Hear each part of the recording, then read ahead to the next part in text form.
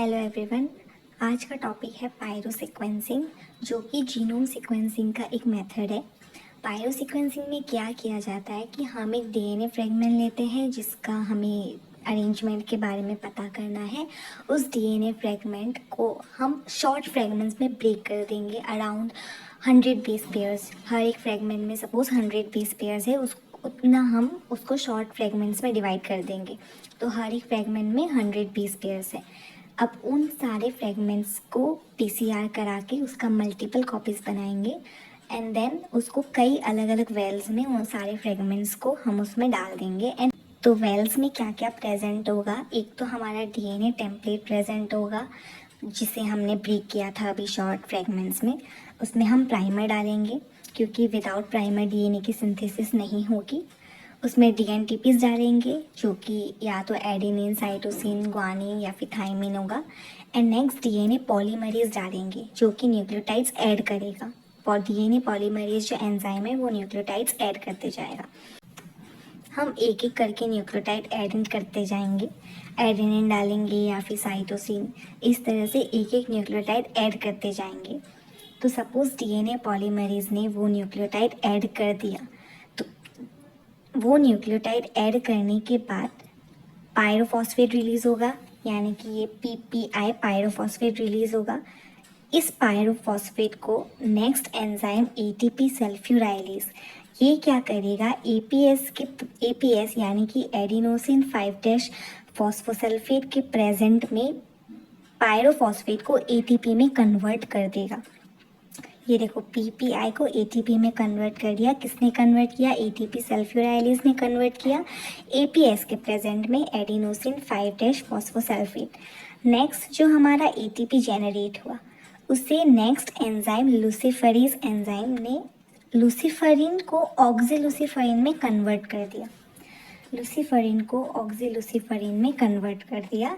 And जब ये लुसिफरिन ऑक्सीलुसिफरिन में कन्वर्ट होगा तो एक लाइट जनरेट होगी। तो जो लाइट हमारा जनरेट हुआ उसे रीड कौन करेगा? पायरोग्राम, ये जो इंस्ट्रूमेंट है ये रीड करेगा।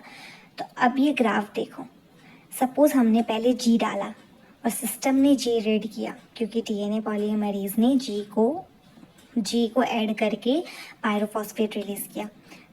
तो सबसे पहले जैसे जी आया तो ये देखो हमारा ये एक बार हमें यहाँ मिलेगा।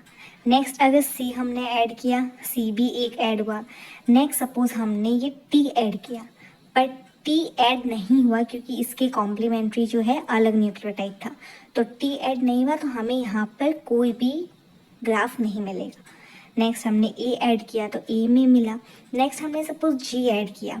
अब जी जब हमने ऐड किया वो 2 बार ऐड हुआ, पहले जी ऐड हुआ, नेक्स्ट टाइम भी जी ऐड हुआ, तो हमें जी में थोड़ा ये देखो जो लाइट का इंटेंसिटी है ना वो ज़्यादा मिलेगा। जो लाइट का इंटेंसिटी है अगर ये 3 टाइम्स जी ऐड हुआ तो हमें जो लाइट का इंटेंसिटी है वो 3 टाइम्स ज़्यादा मिलेगा। अगर 4 बार ऐड हुआ तो और ज़्यादा इंटेंसिटी होगा। तो उसी तरह से हमें नंबर भी हमें पता चल जाता है। जी देखो 2 बार ऐड हुआ, सी भी 2 बार ऐड हुआ, टी 1 बार ऐड हुआ।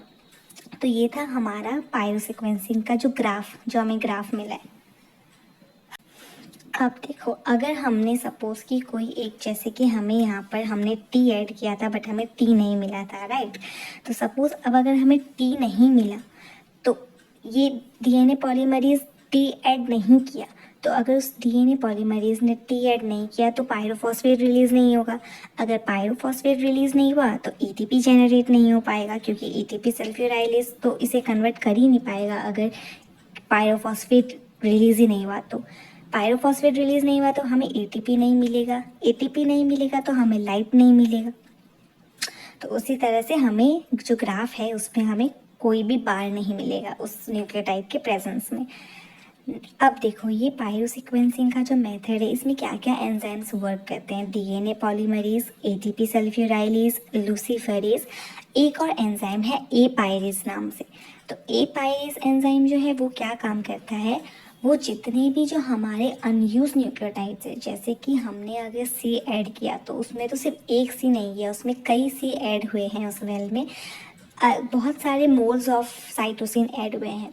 तो लेकिन हमारा तो एक ही साइटोसिन उस कॉम्प्लीमेंट्री बेस पेयर में ऐड होगा ना, जो बाकी के जो सी है जो अनयूज्ड है उसे डिग्रेड कर देगा, ताकि हम नेक्स्ट रिएक्शन वापस से चालू कर सके, हम नेक्स्ट न्यूक्लियोटाइड ऐड इन कर पाए।